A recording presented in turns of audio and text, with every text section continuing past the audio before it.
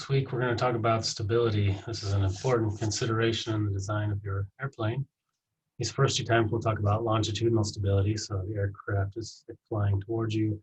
This axis is the longitudinal axis, and then later we'll talk about lateral, side-to-side motion, both rolling and yawing. But today we'll just talk about this pitching motion, longitudinal. We'll discuss some criteria for how to determine if an aircraft is stable or not, and quantify that for you. We'll just share my screen. Okay.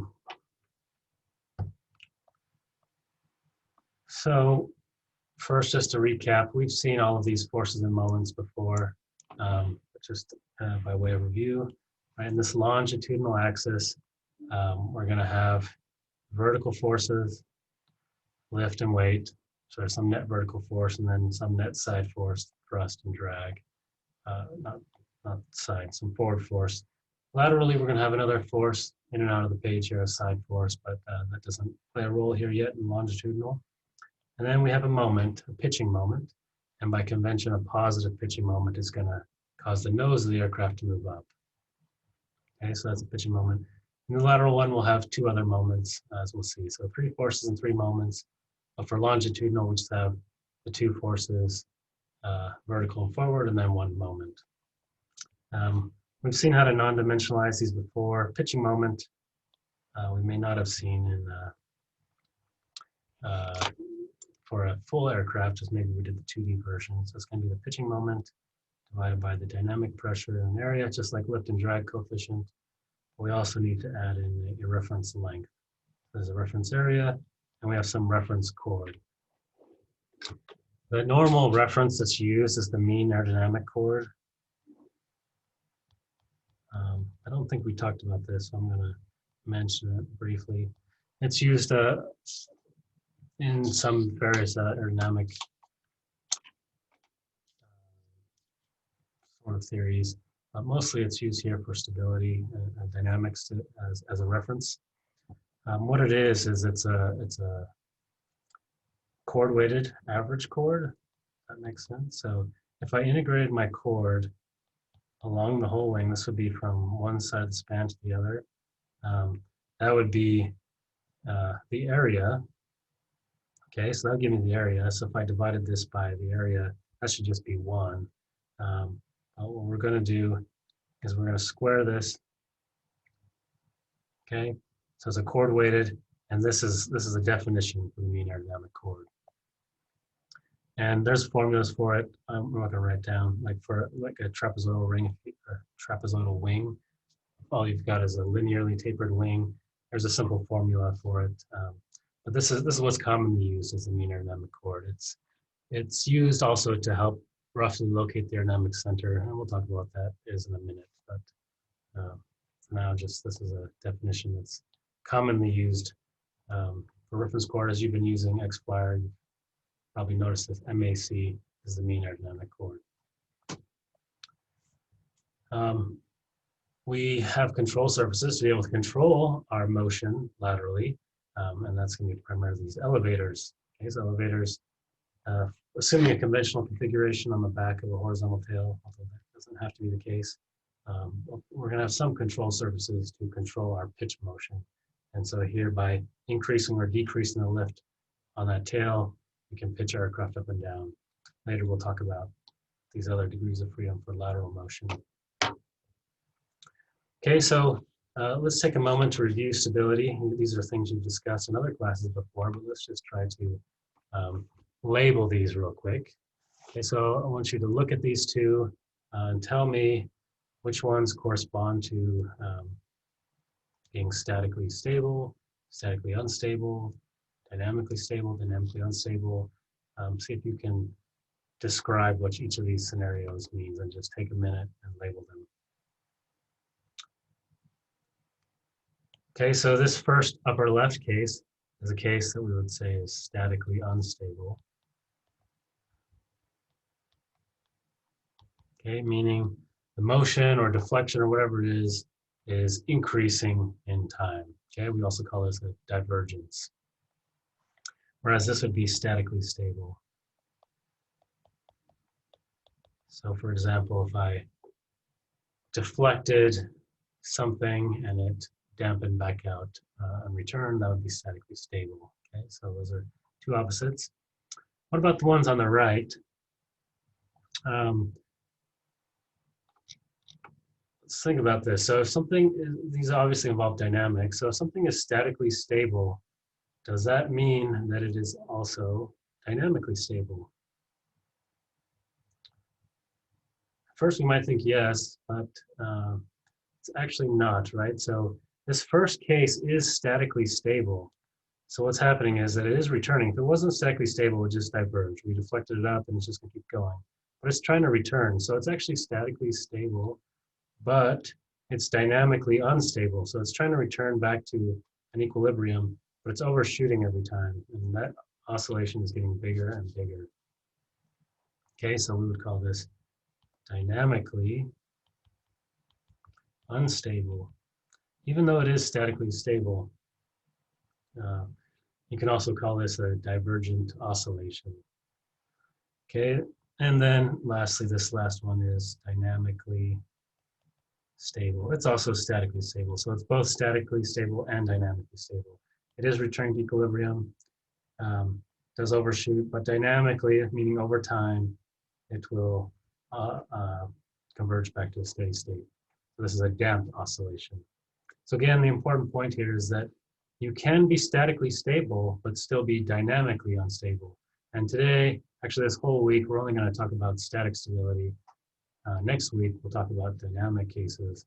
But for now, we'll just talk about static. Just keep in mind that even that criteria isn't enough. We do need to check for stable aircraft that it's statically stable, but that may not, or that doesn't necessarily imply that it's actually dynamically stable, even though it might return towards equilibrium, can overshoot. All right, so let's step back and ask a broader question. Is stability desirable? Why don't you take a moment and think about that? So, I mean, it really depends, I guess, on the application. Let's think about an aircraft. Is it desirable for an aircraft? And that also depends. But let's think about things we're familiar with. A bicycle, for example, is actually unstable laterally, right? If I just set the bicycle up, it's going to fall over. And that actually is desirable in that case. If the bike was stable laterally, it becomes really hard to turn. That's what kind of makes the bike reactive and easy to maneuver. So a small amount of instability sometimes is actually desirable. It really depends though. So if you are a fighter airplane, then you are going to want your aircraft to be unstable. In fact, they are almost always unstable, and they'll use fly-by-wire systems to help control them. But they want that instability so that you can quickly react, right? I mean, think about the classic example. I can't do this with this pen, it's so small, but balancing a broomstick on your hand, you can do that, right? For a little bit, it's unstable, but that allows you to react really quickly. You can move it around. For something that's very stable, for a commercial aircraft, we don't want that instability, right? There's no reason for us to suddenly make a really sharp left turn. We want something that's going to dampen out as there's turbulence, as there's a gust. We want to be stable and have something that's not going to be really reactive and able to turn on a dime, right? That's not something we want. So it depends on what we're going for. So stability is not necessarily always desirable, but for many aircraft it is. And for your aircraft, it generally will be, because if it's not, you're going to need a lot more pilot input to be able to fly it well. So generally we prefer a stable aircraft, especially, transport aircraft carrying people, things like that. Okay. Let's talk about, we're going to define a few terms here. The first one is the center of pressure. So let's think about an airfoil. And remember, the forces on and this is not an airfoil, aircraft, whatever. Remember that all the forces boil down to a pressure and the shear stress. I'm just going to draw pressure here, and let's just draw it. Well, let's see, how should I draw it? There's going to be some pressure distribution. Okay, and these ones are actually negative. It's going to be lifting up, some positive pressure. Okay, so there's some pressure distribution acting on the aircraft. Now, we've been thinking back to our dynamics class. I'm also going to have you think back to your statics class. Remember back in statics, if I have a distributed load acting over something, I can resolve that into an equivalent force and moment. And I can do that anywhere. I can choose where I want to do it. So let's think of some different cases here. Let's just pick 3 here. Let's say I want to resolve my forces and moments at the nose. That's fine. But I can integrate that total force, get some sum. That's going to be called my lift. And then I'm going to have some pitching moment. In this case, it's going to be this negative pitching moment, right? Because all the forces are going to be behind the nose. So it's going to want to nose it over. So that's one option. I could also maybe define it, at some arbitrary point way back here. I'd still get the same force because the forces didn't change, but as I move that point around, the moment is going to be different. Now, I use the right-hand rule, R cross F, right? All my moments, most of them, or the net moment at least, is going to be this way, positive, okay? So if I put it way towards the front, I'm getting a negative moment. Way towards the back, there's going to be a positive moment. There's going to be some position that I could resolve forces about and moments about where the moment is 0. Okay, this point, we call that the center of pressure.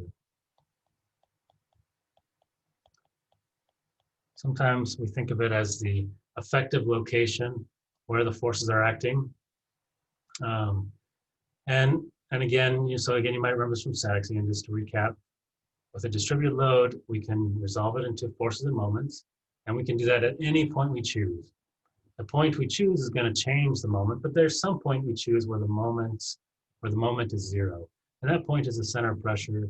Again, we sometimes like to think of it as the effective place where the force is acting, but that's just somewhat arbitrary. We could pick any point, right, and have a moment. Anyway, this is what we call the center of pressure. The problem with center of pressure, though, it seems like a good place for us to choose to resolve force and moments, but actually turns out not to be, and we'll see why in a second. So we're going to find another place. It's called the Aerodynamic Center.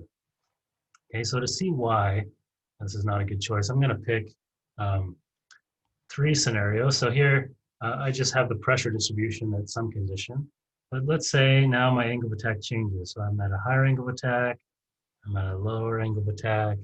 Let's say we've got a negative angle of attack. It doesn't really matter, just 3 different conditions. And let's say here I've got a lot of lift here, and maybe I've got not much lift here, and maybe here I've even got negative lift.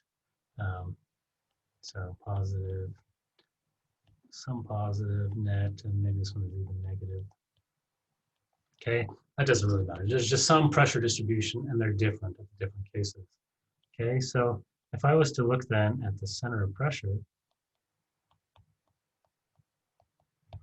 then, in this one case, perhaps maybe the center of pressure is here, let's say. Moment is 0, right? So this means moment is 0, pitching moment is 0. And then as I go to the lower angle of attack, center of pressure is actually going to move back somewhat. And then in these negative angles of attack, I could even have the center of pressure, way back here. It doesn't even necessarily have to be on the airflow, location where the forces balance. Okay, so here's the problem. This is why center of pressure is not super useful. Our aircraft is in general, especially because we're looking at dynamics now, going to be changing its attitude. It's going to be moving, changing angle of attack. And that means the center of pressure is going to be moving around. The location where those moments balance is moving around. So that's not very useful. That means we've got to define a new location where we want to take forces and moments about for every possible, flight state that we might have. And that's just not very helpful. So instead, we're going to use a different point. It's called the Aerodynamic Center. Okay, the Aerodynamic Center, by definition, it's the point where the moment does not change with angle of attack. Okay, so we said the center of pressure is moving around, so let's pick a point where by definition, the moment, it doesn't mean the moment's 0, the moment is not 0 at this point, but the moment at this point does not change with angle of attack. So in other words, the derivative, and I'm just going to write the moment, even though we usually write it as the moment coefficient. The derivative of the moment with respect to angle of attack is 0. Okay, so I'm going to also write it as coefficient. So you see both ways, right? The derivative of my pitching moment at that moment with respect to angle of attack is 0. In other words, as I change angle of attack, the moment does not change at that point. So what does that look like? Let's draw these 3 different airfoils. And theoretically, for an airfoil, this is at the quarter chord, for a thin airfoil at least. Okay, so let's say it's here at the quarter chord, 1/4 the way along the chord in each case. Okay, so there's a lift, and then there's going to be some moment. This is the moment at the aerodynamic center. Here the lift is less, right? But the moment is exactly the same, didn't change. And here the lift is even less, and maybe it's even negative. But the moment is unchanged. By definition, right? We found a point where the moment doesn't change with angle of attack. Okay, so this is the aerodynamic center. This is much more useful to us in a dynamic analysis because it's a fixed point. So we can say we're going to do forces and moments about the aerodynamic center, and then we know that moment is a constant value. Okay? All right. All right, so I'd like you to try a little exercise. This will take you a few minutes. What I'd like you to do is I've got an aircraft, okay? And the aircraft has a center of gravity or center of mass. You know, the gravity field is basically uniform, so it's going to be basically the same. But center of gravity, we often use this symbol, and there's going to be a weight. That's where the weight is going to act. And that's going to be some point, so you can move it around wherever you think it should go. And then there's going to be an aerodynamic center. And for the aerodynamic center, remember, it doesn't change. The moment doesn't change with angle of attack, so you can place this somewhere as well. So I'd like you to think about where you should place those so that, 1, the aircraft is stable, okay, statically stable, and 2, that you have trim. And trim means that the moments go to 0. The aircraft is balanced. If the moments are not 0, that means your aircraft is going to be either pitching up or pitching down. And we don't want that. We want to get to steady level flight, where, you know, lift equals weight, thrust is drag, those are balanced, and my net moment is 0. So move these around, try to find a place where the moment is 0 and your aircraft is stable, okay? Again, take 3 or 4 minutes or so, see if you can work this out.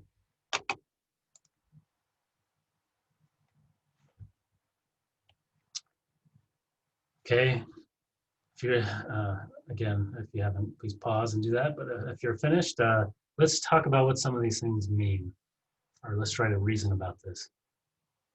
What needs to exist for an airplane to be stable longitudinally?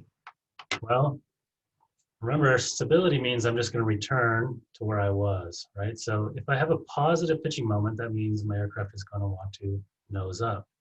So if I pitch up, I want a restoring moment so that that's going to change. So if my angle of attack increases, I actually want to produce a negative pitching moment so that I go back down. Or if my angle of attack decreases, I want the pitching moment to increase so that I come back up, okay? We can write this mathematically. So again, let's say another way. Let's just suddenly my angle of attack increased. I would like to have a pitching moment that was negative. So that would move me back down. Mathematically, we could say it this way. The change in my pitching moment with respect to angle of attack is negative, meaning angle of attack increases, pitching moment becomes more negative, right? Or angle of attack becomes negative, pitching moment becomes more positive. I come back. Okay, this is called this is a stability derivative. There are many stability derivatives. We'll talk about some others, but this is an important one. And we often, because we use these a lot, we often give it this shorthand, and we call that CM alpha. And that comma just means it's a derivative. It's the derivative of pitching moment with respect to angle of attack. Okay, so a critical condition for stability is that that needs to be negative. That's one way to think about it. Let's go back to this problem I asked you to do. And let's write this out generically. So I'm actually not going to assume anything about what these signs should be. I just place them somewhere, okay? And I want to figure out what the sign of X should be. Should X be positive? Should it be negative? Meaning, should the aerodynamic center be behind or should it be in front? What should it be? We know the weight's going down, lift's going up. moment. Maybe we can talk some, we'll also see about the moment. What direction does the moment need to be? Okay, but for now, I'm actually not assuming anything, even though it looks like I placed them somewhere. I just put X going positive to the right, but we'll solve for and see if it should be positive or negative. All right, so let's just do a moment balance about my center of gravity. Okay, so I'm going to be taking moments about this point here, right? So the weight passes through that point, so it contributes no moment. Okay, so my moment from the weight is nothing. This moment, the aerodynamic center, is that nosing me up or down? I'll use the right hand rule, turn my hand in the direction of that moment, that's going to be pushing me up. Okay, so that's a positive pitching moment.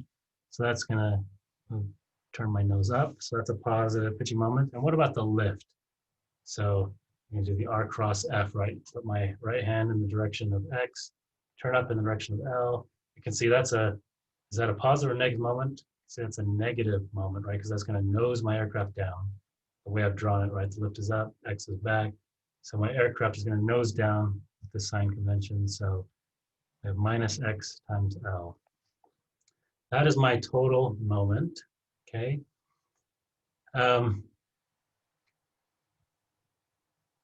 Yeah, I'm gonna non-dimensionalize this. Let's do that. So this equation is fine. Let's divide everything by Q, S, and these are SREF and CREF. Q, S, C, and I'm gonna write this way, Q, S, C. So we see that this is the definition of a pitching moment coefficient, the ones that we saw at the beginning. So this will be the pitching moment coefficient of the aerodynamic center. Notice that this part is the lift coefficient, and so I'm left with this term here.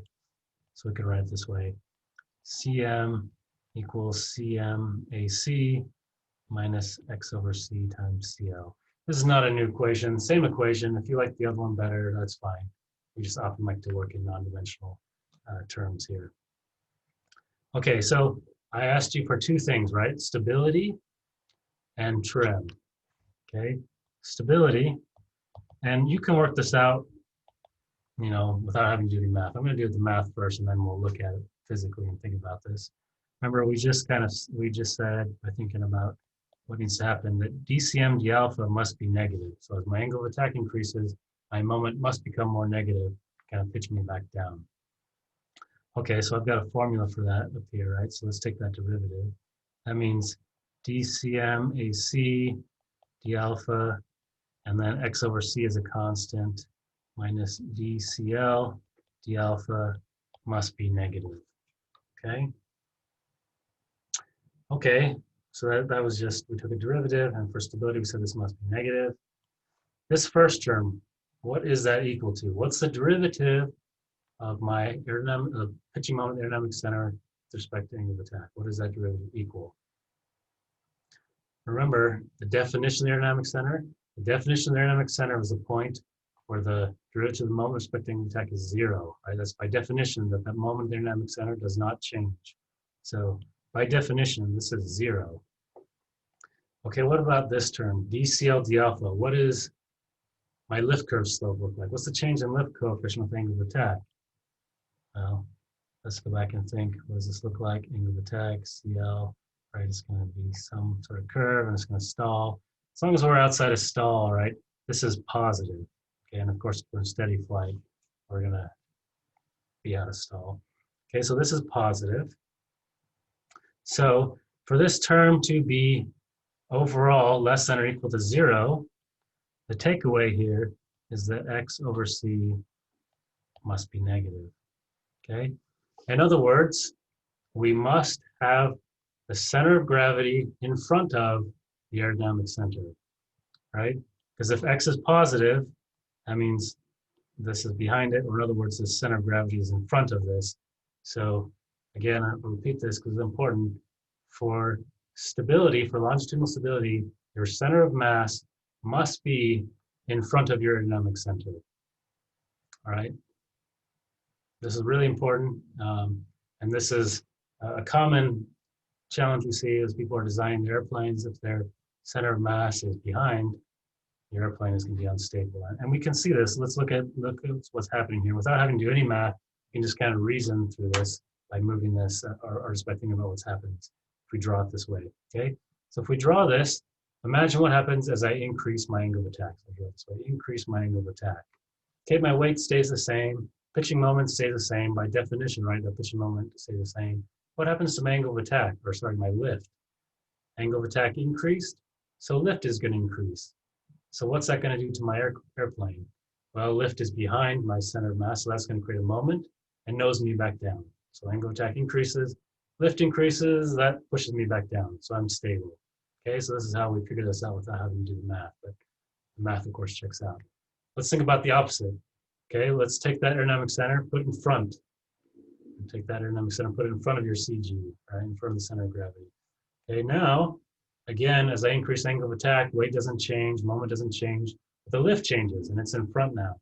So I increase angle of attack, and the lift gets bigger because the angle of attack increased, but it's in front, so it's going to nose me up even more. So angle of attack goes up, lift goes up, I'm going to be unstable, and I'm just going to go flop over. You've probably seen that with a paper airplane sometimes, that you didn't get the center of mass or the mass forward enough, throw it and just goes flips over, right? And some of your airplanes may do that too. So there's something to be careful about, right? You want to make sure your center of mass is forward of the aerodynamic center. Okay. All right. Well, that's one thing. What about trim? Okay, so in both of these, I'm doing it math first, but you could reason about it completely just from looking at these through intuition. That's why I asked you to do it first. Okay, so what does trim mean? That means, right, that the sum of the moments equals 0. Okay, so forces are balanced, moments are balanced. I'm in static equilibrium. Okay, so that means here again is my equation for my moment. CM/AC minus x over c times CL equals 0. Okay. Great. We can rearrange that. We could say CM/AC equals x over c times CL. All right, so we just said for stability, x has to be negative. And CL, what's CL going to be? That's going to be positive, right? It better be, because we're generating positive lift. We want to be for steady level flight. So the whole term on the right, oh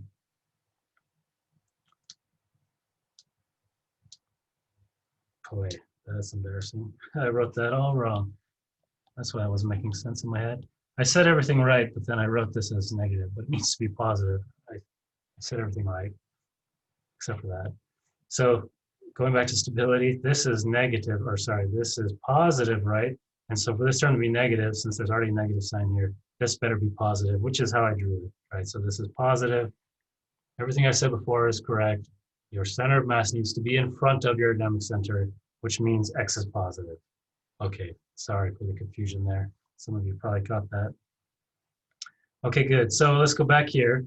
CL is positive to generate lift. X has to be positive for us to be stable.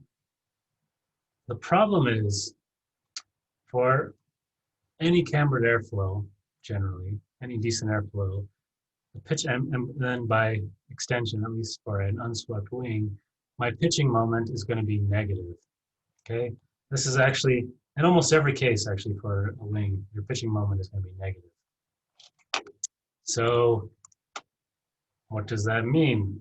Pitching moment is negative. That actually means we probably want x to be positive, but how does that work? Then we're not going to be stable anymore. So what can we do? Well, before we talk about that, let's just try and reason from this physically without thinking about the math for a second. Let's go back and look at our forces, our little diagram we drew. So we drew it this way. Pitching moment is going to be negative. The lift is going to be, or sorry, if the pitching moment is negative and my lift is positive, actually, no, this is a positive. Sorry. If the pitching moment is the way I drew it, which is positive, nose up, then it can balance my lift.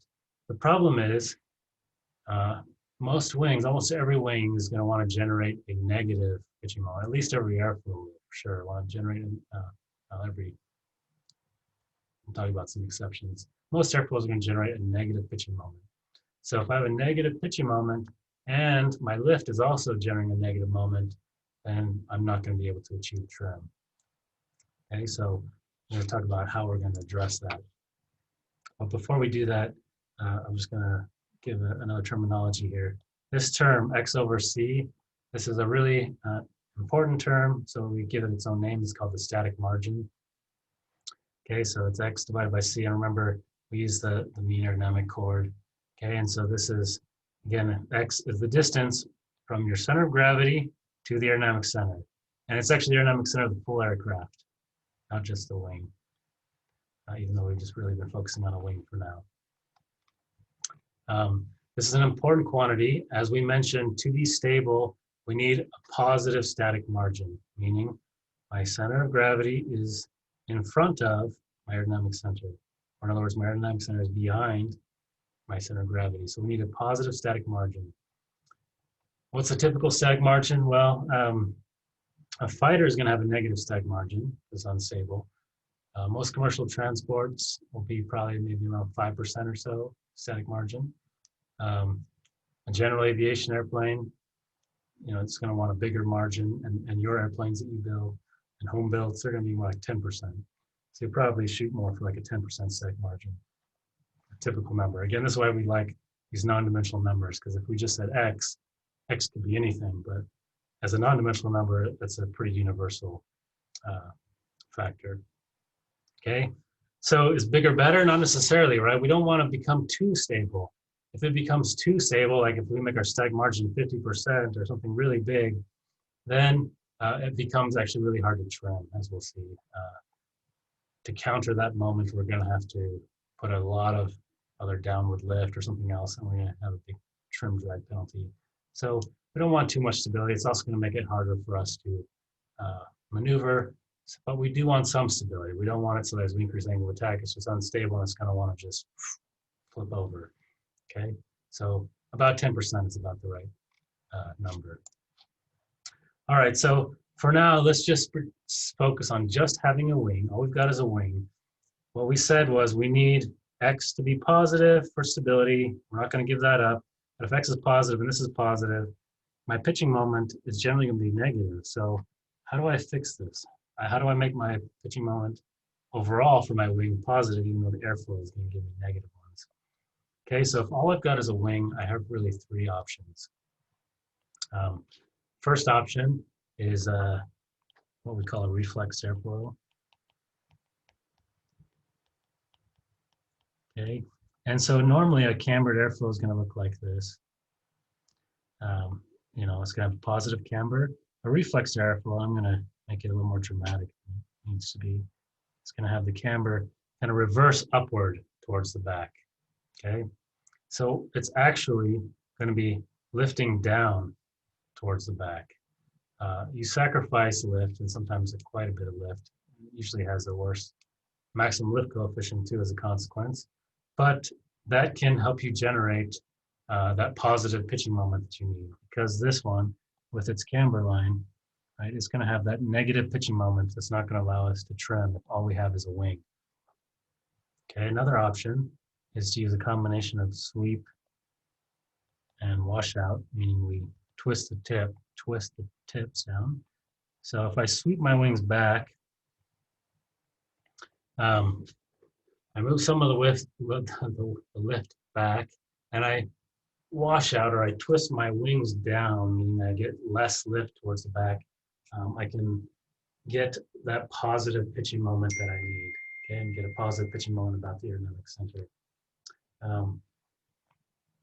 To do this is it requires a little bit of careful design, because we want to get, as we talked about before, a good span efficiency, and we want a nice sort of close to elliptic lift distribution, but we also want to get a pitching moment coefficient that is positive, and so there's kind of a careful balance between the chord and the twist and the sweep. So we want to get that right. It's a little hard to do, but we can do it well and not have too much penalty, whereas the reflex airflow is a little bit harder to do without paying at least somewhat of a penalty because of that downward lift.